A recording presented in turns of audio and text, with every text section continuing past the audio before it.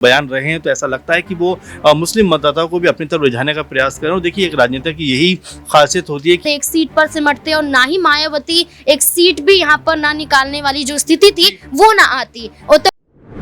नमस्कार, आप देख रहे हैं SPN 9 न्यूज़ और मैं हूं आपके साथ मनीष कुमार सैनी। उत्तर प्रदेश में उपचुनाव को लेकर सभी राजनीतिक पार्टियां तैयारियों में जुटी हुई हैं। ऐसे में मायावती भी पहली बार उपचुनाव में अपनी ताल ठोकती हुई नजर आ रही हैं। अब देखना यह होगा कि जिस तरह से मायावती 2017 में कटहरी विधानसभा सीट से जीत दर्ज करती हुई नजर आई थी और साथ ही 2022 के चुनाव में अखिलेश यादव वो सीट उनके हाथ से निकाल कर ले गए थे। उसके बाद अब इन उपचुनाव में क्या वो सीट मायावती के पाले में दोबारा से आती हुई नजर आएगी और क्या कुछ यहाँ पर मायावती की रणनीतियां आगे रहने वाली हैं, क्योंकि आकाश आनंद की वापसी से ये कयास लगाए जा रहे हैं कि आने वाले समय में बहुजन समाज पार्टी फिर से उठती हुई नजर आएगी और मायावती सूबे में किस तरह से वापसी करती हैं और क्या कुछ आगे की रणनीतियां रहती हैं, इस पर तमाम यहां पर चर्चा जारी रहेगी। न्यूज रूम में मौजूद हैं, न्यूज रूम के सहयोगियों से जानेंगे मायावती किस तरह की चाल आगे चलती हुई नजर आएंगी। अमन सर से पहला सवाल लेंगे। अमन सर, क्या लगता है कि जिस तरीके से मायावती लोकसभा चुनाव के बाद पिछड़ने के बाद अब उपचुनाव को लेकर तैयारियां करती हुई नजर आ रही हैं, तो क्या लगता है क्या वाकई यहां पर अखिलेश यादव को यहां पर एक टक्कर देती हुई नजर आएंगी और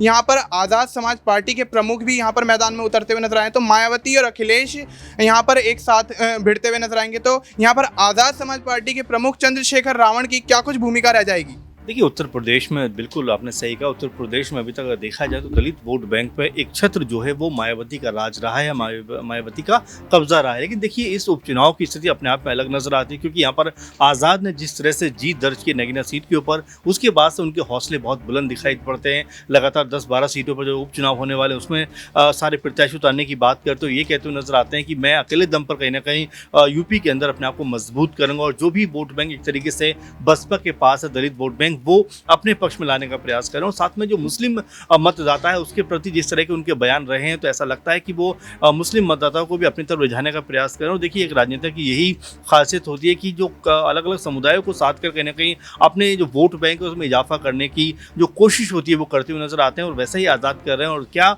उनको इसका लाभ मिलेगा और साथ में क्या मायावती जिस तरह से अपने आप को दोबारा उत्तर प्रदेश के अंदर रीस्टैब्लिश करना चाहती हैं, क्योंकि आपने देखा कि 2024 में जिस तरह से उन्होंने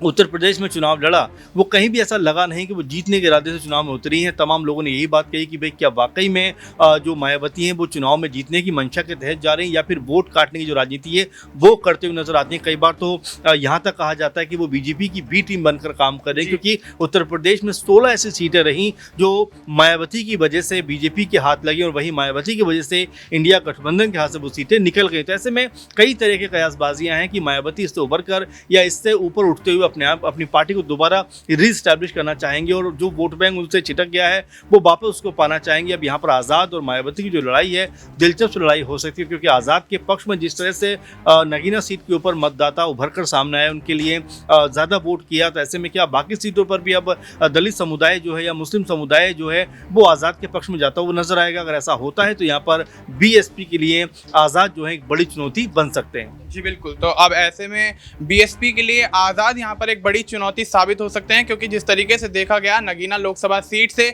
चुनाव जीतकर आज़ाद समाज पार्टी के प्रमुख चंद्रशेखर रावण आज़ाद ने अपना कद राजनीति में बढ़ाया है और ऐसे में अब वो जिस तरीके के दावे करते हुए यहाँ पर नजर आ रहे हैं, तो उपचुनाव में वाकई वो यहाँ पर खेल बदलते हुए नजर आएंगे। लेकिन अगला सवाल यहाँ पर नाजमीन से रहेगा। नाजमीन, क्या कुछ लगता है, क्या मायावती और आज़ाद की ये लड़ाई यहाँ पर अखिलेश यादव को भारी पड़ती हुई नजर आएगी? क्योंकि जिस तरीके से देखा जा रहा है कि यहाँ पर उपचुनाव वाली जो 10 सीटें हैं उसमें से 5 सीटें सपा का गढ़ हैं, तो इन 5 सीटों पर भी यहाँ पर आज़ाद और मायावती सेंधमारी करते हुए नजर आएंगे। देखिए, आज़ाद की बात करें तो नगीना लोकसभा सीट जीतने के बाद उन्होंने ऐलान कर दिया था कि उनकी पार्टी जो 10 विधानसभा सीटें हैं उन पर जो उपचुनाव होंगे उस पर भी वो चुनाव लड़ते हुए नजर आएंगे। मायावती भी अब उपचुनावों में उतरती हुई नजर आ रही है, अपनी पार्टी के तहत वो उपचुनाव लड़ती हुई नजर आएगी। लेकिन इन दोनों की राहें अभी तक एक साथ नहीं दिखाई दी हैं। लोकसभा चुनाव में चंद्रशेखर आजाद ने पूरी कोशिश की थी कि मायावती के साथ वो गठबंधन में आ जाएं। लोकसभा का चुनाव मायावती के साथ अगर मिलकर लड़ते तो ना सिर्फ चंद्रशेखर आजाद एक सीट पर सिमटते और ना ही मायावती एक सीट भी यहाँ पर ना निकालने वाली जो स्थिति थी वो ना आती। उत्तर प्रदेश में मायावती चंद्रशेखर आजाद के साथ मिलकर कम से कम 10 से 15 सीटें तो यहाँ पर निकाल सकती थी। इसके बाद ये भी कहा जा रहा था कि अगर मायावती अखिलेश यादव के साथ आ जाती तो भी यहाँ पर कम से कम मायावती को कई सीटें यहाँ पर हासिल होती हुई नजर आती, लेकिन मायावती ने ऐसा नहीं किया। इस बार भी मायावती एकला चलो वाली राजनीति पर नजर आ रही है, लेकिन जो दलितों के लिए काम करते हुए चंद्रशेखर आजाद नजर आते हैं, मायावती नजर आती हैं, और जो 10 विधानसभा सीट पर जैसा कि आपने ये कहा कि 5 सीटें सपा की जिताऊ सीटें हैं, 5 सीटों का जिक्र करें जिसमें से एक सीट यहाँ पर आरएलडी की जिताऊ सीट है, एक निषाद पार्टी की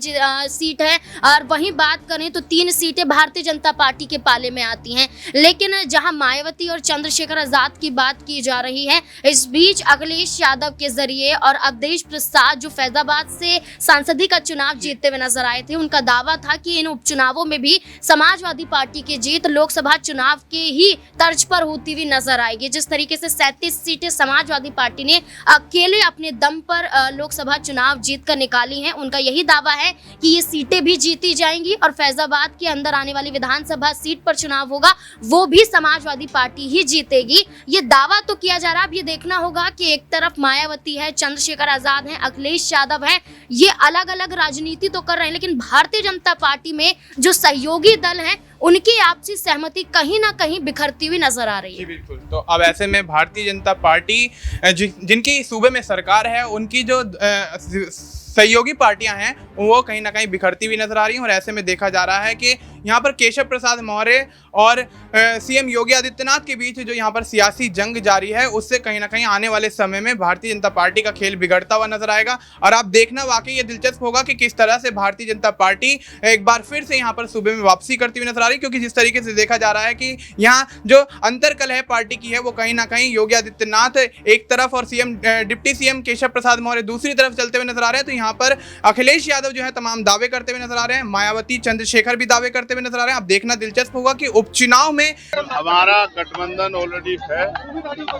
और गठबंधन हमारा उत्तर प्रदेश की महान जनता से है। जिस महान जनता ने दोनों ही अलायंस के खिलाफ हमें जिता के नगीना से भेजा, उसी महान जनता के आशीर्वाद से हम लोग उपचुनाव अपने बलबूते पर लड़ेंगे, और हमारा विश्वास है कि हम उपचुनाव बड़ी मजबूती से जीतेंगे। क्या साइकिल कांग्रेस या किसी से आपका अभी तक कोई बातचीत पर, क्योंकि चर्चा ये हो रही है कि 3 सीट कांग्रेस को जा रही है और बाकी ये ले रहे थे। कल पल्लवी पटेल को भी कहीं कि अखिलेश ने कहा है कि वो अभी पीडीए का हिस्सा है, तो अच्छी बात है। हम क्या कह सकते हैं, हम तो उत्तर प्रदेश की जनता को लेकर परेशान है कि उत्तर प्रदेश के नौजवान बेरोजगारी से परेशान है, भर्तियों में पेपर लीक हो रहे हैं, जो भर्ती आगे बढ़ती है उसमें आरक्षण घोटाले हो जाते हैं, 69 शिक्षक भर्ती की तरह, महिलाओं पर जुल्म ज्यादती हो रही है, किसान को एमएसपी गारंटी नहीं मिल रही, बाढ़ का से प्रभावित हो गया क्षेत्र, और सरकार आपस में उलझी हुई है। जनता की तरफ उत्तर प्रदेश सरकार नहीं देख रही है, तो उत्तर प्रदेश की जनता भी सरकार को सबक सिखाने का काम उपचुनाव में करेगी। क्या उत्तर प्रदेश में अभी भी समय है, अगर सभी पार्टियां जो है विपक्ष की एक हो जाती है तो क्या यूपी में